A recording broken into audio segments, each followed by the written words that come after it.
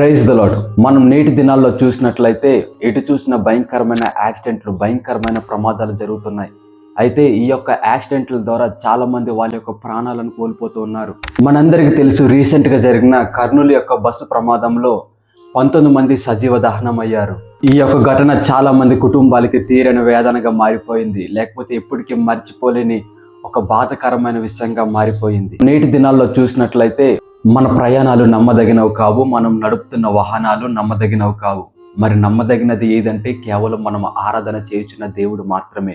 అందుకే దేవుని యొక్క వాక్యం ఈ విధంగా సెలవిస్తూ ఉంది కదా. కీర్తనలో 121 అధ్యాయము 8వ వచనం, ఇది మొదలుకొని నిరంతరము నీ రాకపోకలు యందు యెహోవా నిన్ను కాపాడువాడు. ఏ అపాయమును రాకుండా యెహోవా నిన్ను కాపాడును, ఆయన నీ ప్రాణమును కాపాడును.